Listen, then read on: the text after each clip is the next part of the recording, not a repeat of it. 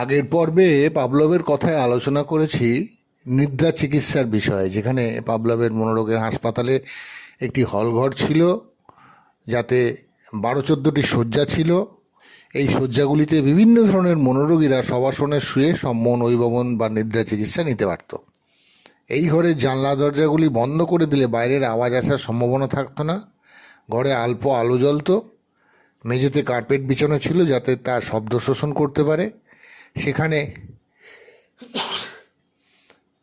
নিঃশব্দে ইশারা ইঙ্গিতে সকলে কাজ করতেন। একঘেয়ে দীর্ঘস্থায়ী ছন্দবদ্ধ আওয়াজ তৈরি করে পাভলভ চেষ্টা করতেন রোগীদের মধ্যে নিস্তেজনার প্রভাব বাড়িয়ে তোলার জন্য।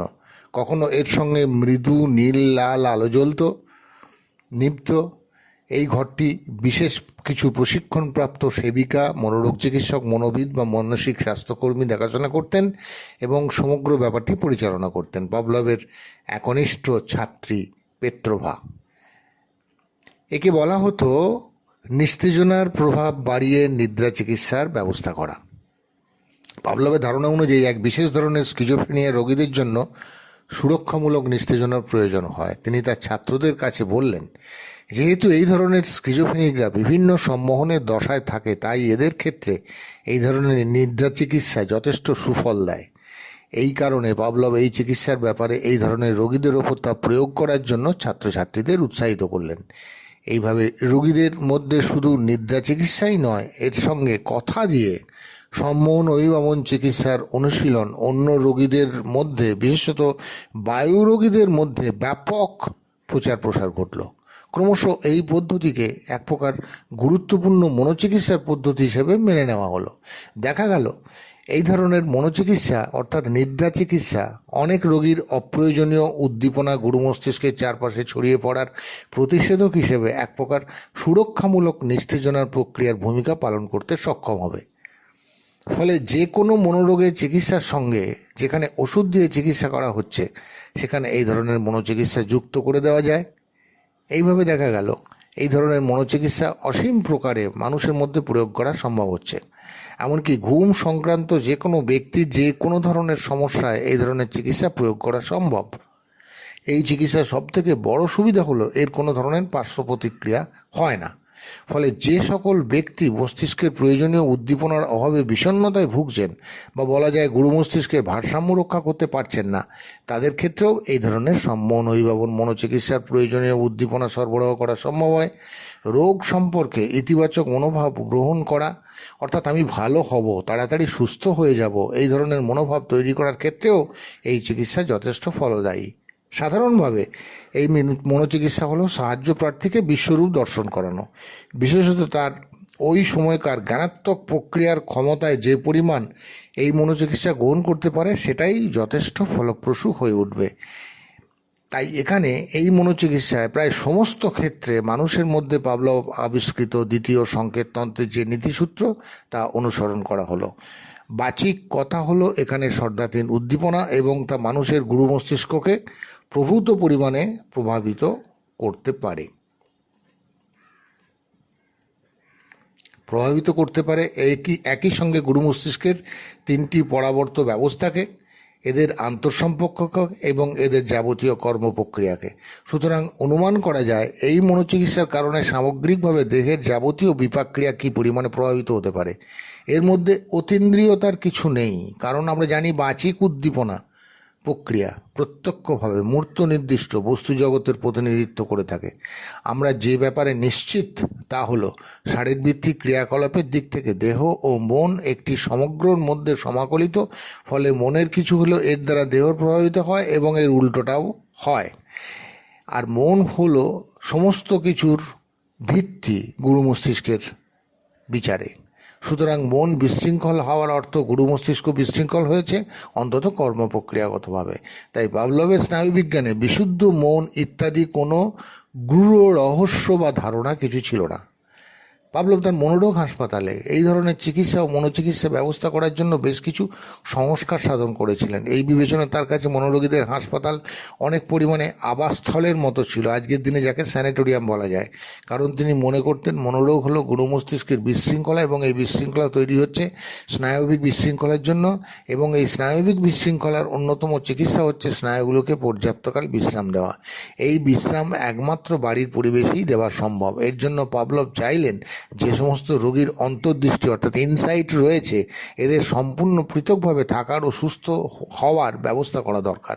তুলনায় যাদের অন্তর্দৃষ্টি নেই তাদের প্রতি বিশেষভাবে যত্ন নিতে হবে, কারণ অন্তর্দৃষ্টি না থাকলে এই সমস্ত রোগীরা এমন আচরণ করতে পারে যা তার নিজের ক্ষেত্রে এবং অন্যের ক্ষেত্রে ক্ষতিকারক হতে পারে। এর থেকে অনুমান করা যায় মনোরোগীদের মানবাধিকার সম্পর্কে পাভলভ যথেষ্ট সচেতন ছিলেন।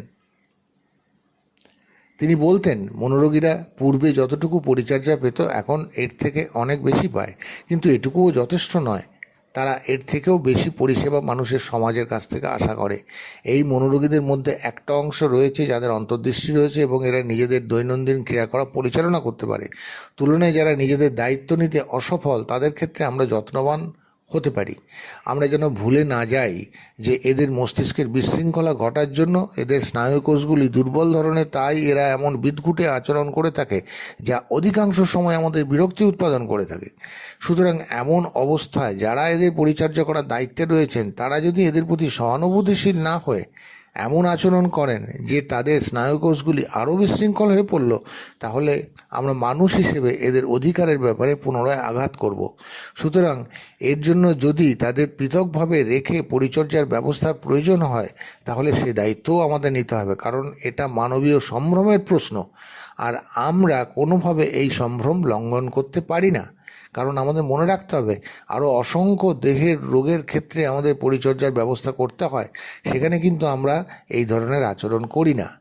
পাভলভের এই মতামত থেকে আমরা নিশ্চিত হতে পারি যে গুরু মস্তিষ্কে বিশৃঙ্খলার জন্য দুই ধরনের মনোরোগ হয়ে থাকে। এর একটি উন্মাদ ধরনের, অন্যটি বায়ুরোগ ধরনের।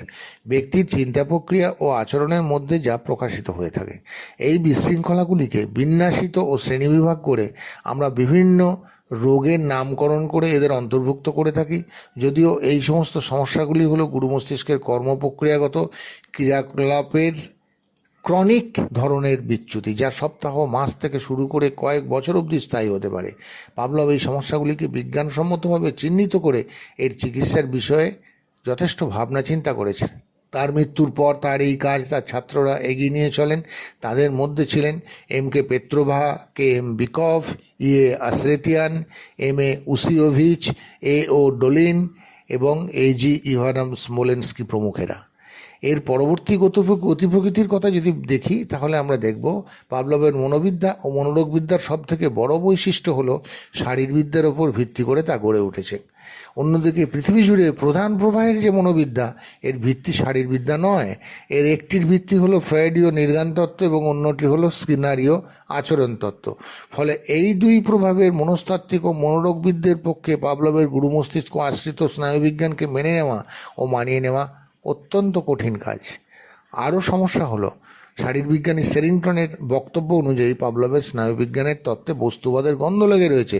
সুতরাং বস্তুবাদকে সরিয়ে দিয়ে অন্যদের পক্ষে পাভলভকে গ্রহণ করা প্রায় অসম্ভব কাজ।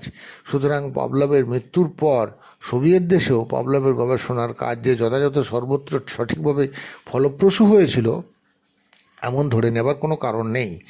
এর একটা বড় কারণ ক্লোরপ্রোমাজিন ওষুধ আবিষ্কার হওয়ার পর 60-এর দশক থেকে ক্রমাগত প্রচুর পরিমাণে বিভিন্ন ধরনের ওষুধ বাজারে আসতে শুরু করে। ফলে সব ধরনের মনোরোগ চিকিৎসার ক্ষেত্রে ওষুধ প্রয়োগ করার প্রবণতা বহুল পরিমাণে বেড়ে যায়। ওষুধের উপর নির্ভরতা চিকিৎসক ও রোগীদের বহুল পরিমাণে বেড়ে যায় এবং যত দিন যাচ্ছে সে অভ্যাস আরও অনেক পরিমাণে বেড়েছে ও বাড়ছে। বলা যেতে পারে চিকিৎসা বিজ্ঞানের অন্যান্য শাখার মতো এখন মনোরোগের একমাত্র চিকিৎসা ওষুধ, এমনই ধরে নেওয়া যায়। অন্যদিকে পাভলভের মৃত্যুর পর তার ছাত্ররা নিদ্রা চিকিৎসা এবং এই জাতীয় মনোচিকিৎসা চালিয়ে যেতে থাকেন এবং এর প্রচার ও প্রসার ঘটতে থাকে। এই চিকিৎসার সুফল সম্পর্কে পরবর্তী কয়েক দশকে অসংখ্য গবেষণাপত্র প্রকাশিত হতে থাকে। এর মধ্যে প্রধান হল স্কিজোফ্রেনিয়া রোগের নিদ্রা চিকিৎসা সংক্রান্ত গবেষণা। এই গবেষণায় সম্মোহনের বিভিন্ন দশা, যেমন স্ববিরোধী ও অতি স্ববিরোধী দশায় নিদ্রা চিকিৎসা প্রয়োগ কী ধরনের ফল পাওয়া যায় এর বিচার করা হয়। দেখা যায় সব ধরনের স্কিজোফ্রেনিয়া রোগের ক্ষেত্রে এদের অন্তর্দৃষ্টি ফিরিয়ে আনার জন্য সুরক্ষামূলক নিস্তেজনা প্রক্রিয়া যথেষ্ট ফলপ্রসূ হচ্ছে। এইভাবে চিকিৎসা চালু রাখা হয়। একাধিক্রমে 5 থেকে 15 দিন এই চিকিৎসা করা হয়ে থাকে। তবে এই গবেষণাপত্রগুলিতে কথাও বলা হয়েছে যে এই নিদ্রা চিকিৎসা এসব ক্ষেত্রে সর্বরোগহর ব্যবস্থা নয়। এটি অনেক ধরনের মনোরোগের ক্ষেত্রে ভালো ফল দেয় ঠিকই, তবে এই চিকিৎসা প্রয়োগ করার পূর্বে রোগীর সার্বিক অবস্থা বিচার করা একান্ত প্রয়োজন। অর্থাৎ নির্বিচারে সব মনোরোগীদের ক্ষেত্রে এই ধরনের চিকিৎসা প্রয়োগ করা উচিত নয়, সম্ভবও নয়। বিশেষত যে সকল রোগে পুরু মস্তিষ্কের বিশৃঙ্খলা অনেক বেশি থাকে সেখানে অন্য ধরনের ব্যবস্থার কথা আমাদের ভাবতে হবে। এই সমস্ত ক্ষেত্রে পাভলভ একটি গুরুত্বপূর্ণ শিক্ষা আমাদের দিয়েছিলেন। যেমন কোনো একজনের যখন এই ধরনের মনোরোগের বিশৃঙ্খলা হচ্ছে তখন একে প্রতিরোধ করার জন্য মস্তিষ্কে সুরক্ষামূলক নিস্তেজনা বা এই ধরনের কোনো প্রতিষেধক ব্যবস্থা চালু হয়ে গেছে। এবার সমস্যা হলো, যখন আমরা কোনো ব্যবস্থা নিতে চাইছি তখন আমাদের বিবেচনা করতে হবে কোন ধরনের সমস্যার প্রতিরোধের জন্য আমরা এই চিকিৎসা প্রয়োগ করতে চাইছি। এটা বিবেচনা করতে চাইছি এই কারণে যে আমাদের চিকিৎসা প্রয়োগ করার কারণে যেন রোগীর নিজস্ব প্রতিরোধ ক্ষমতা কোনোভাবে বাধাপ্রাপ্ত না হয়। কারণ আমাদের প্রাথমিক উদ্দেশ্য হলো রোগীর নিজস্ব প্রতিরোধ ক্ষমতাকে জাগিয়ে ও বাড়িয়ে তোলা। এই প্রসঙ্গে মনে রাখতে হবে, শুরু থেকেই ইলেকট্রোকনভালসিভ থেরাপি বা শক থেরাপি সোভিয়েত দেশে চালু ছিল না। এর পরিবর্তে প্রাকৃতিক উপাদান দিয়ে, যেমন ম্যালেরিয়ার জীবাণু, কোনো বিশেষ ওষুধ যেমন সালফোসিন, কার্ডিয়াজল ইত্যাদি প্রয়োগ করে কনভালসেন্ট তৈরি করাই এখানে রেওয়াজ ছিল। একটা পর্যায়ে এসে দেখা গেল কিছু কিছু রোগীদের ক্ষেত্রে ওষুধের দ্রবণ প্রয়োগ করে দীর্ঘক্ষণের নিদ্রা চিকিৎসা শারীরবৃত্তিক ক্রিয়াকলাপের ব্যাপারে নেতিবাচক ফল দিচ্ছে। তাই তখন ভাবতে হলো কেমন করে অল্প সময়ের ফলপ্রসূ নিদ্রার পর রোগীকে জাগ্রত অবস্থায় ক্রিয়াশীল রাখা যায় যাতে তার বিপাকক্রিয়ার ভারসাম্য রক্ষিত হয়। এর জন্য পরিচর্যাকারীদের অনেক বেশি সক্রিয় হতে হলো। অনেক ক্ষেত্রে একটা নির্দিষ্ট সময় পর্যায়ে রোগীকে একটি বড়ি দিয়ে বলা হলো এটি ঘুমের ওষুধ, এই ঘুমের ওষুধের ক্রিয়ায় তোমার ঘুম আসবে। বহু রোগীর ক্ষেত্রে এই ছদ্ম ওষুধেই আকাঙ্ক্ষিত ফল পাওয়া যেত। যাদের ক্ষেত্রে তা পাওয়া যেত না তাদের শর্তাধীন ঘুম আনার ব্যাপারে ব্যবস্থা করতে হলো।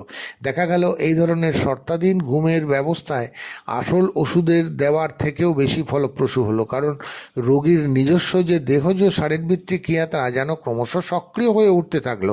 কখনো এমনও হতো যে ঘুমের আবেশ আনার জন্য খুব সামান্য পরিমাণ ওষুধ প্রয়োগ করতে হতো। এতে শর্তাধীন ঘুম ও ওষুধের নিদ্রাকর্ষণের যৌথ ফলে রোগী অনেক বেশি আরাম বোধ করত। মনে রাখতে হবে এই সমস্ত কিছু নির্ভর করত রোগীর বয়স, তার সাধারণ স্বাস্থ্যের ব্যবস্থা, রোগীর তীব্রতা, ব্রেন টাইপ ইত্যাদি অনেক কোটি শর্তের ওপর। কখনো একদিন কি দুদিন অন্তর ঘুমের ওষুধ দিয়ে পরীক্ষা নিরীক্ষা করা হতো। এর থেকে অনুমান করা যায় প্রতিটি রোগীর ক্ষেত্রে তার ব্রেন টাইপ, রোগের তীব্রতা ইত্যাদি অসংখ্য শর্ত এই নিদ্রা চিকিৎসার বিবেচনার মধ্যে আসতো। এইভাবে দেখা গেল কোনো প্রকারের দীর্ঘক্ষণ ধরে মৃদু একঘেয়ে শর্তাধীন উদ্দীপনা প্রয়োগ করে মনোচিকিৎসার পরীক্ষামূলক প্রয়োগ শুরু হয়েছিল, যা শেষ পর্যন্ত গিয়ে দাঁড়ালো সম্মোহন অভিভাবন মনোচিকিৎসায়। এ বিষয়ে গবেষণা ও চর্চা করে অসংখ্য গবেষণাপত্র প্রকাশ হতে থাকলো, যার পুরোধা ছিলেন পাভলভের উত্তরসূরি এস.এন. দাভিদেনকভ। তিনি একেই নাম দিলেন পাভলভীয় মনোচিকিৎসা, যা বায়ুরোগের জন্য যথেষ্ট কার্যকর। তিনি এমনই জানালেন। এই চিকিৎসার আসল বিষয়টি তিনি এইভাবে বিচার বিশ্লেষণ করলেন, এখানে রোগীকে যে পরিমাণে সম্ভব জানানোর চেষ্টা করা হবে যে তার কি সমস্যা হয়েছে বা বিশৃঙ্খলা হয়েছে। এটা করতে হবে রোগীর নিজের ভাষায়। এটা খুব কঠিন কিছু ব্যাপার নয়, কিন্তু খুব প্রয়োজনীয় একটি বিষয়। কারণ আমরা যদি রোগীকে এরপর প্রয়োজনীয় কোনো প্রশিক্ষণ দিতে চাই যা তার জীবনচর্চার জন্য অত্যন্ত গুরুত্বপূর্ণ বিষয়, তাহলে মনে রাখতে হবে সে যদি এই বিষয়টি তার জ্ঞানাত্মক স্তরে না নিয়ে যায় তাহলে এই প্রশিক্ষণকে সে ধরে রাখতে পারবে না। আর একথা বলার অপেক্ষা রাখে না, ধীরে ধীরে প্রশিক্ষণের মধ্যে না থাকলে সমস্ত দেহ মন আরও অচল, অনড় এবং আরও বিশৃঙ্খল হয়ে পড়বে।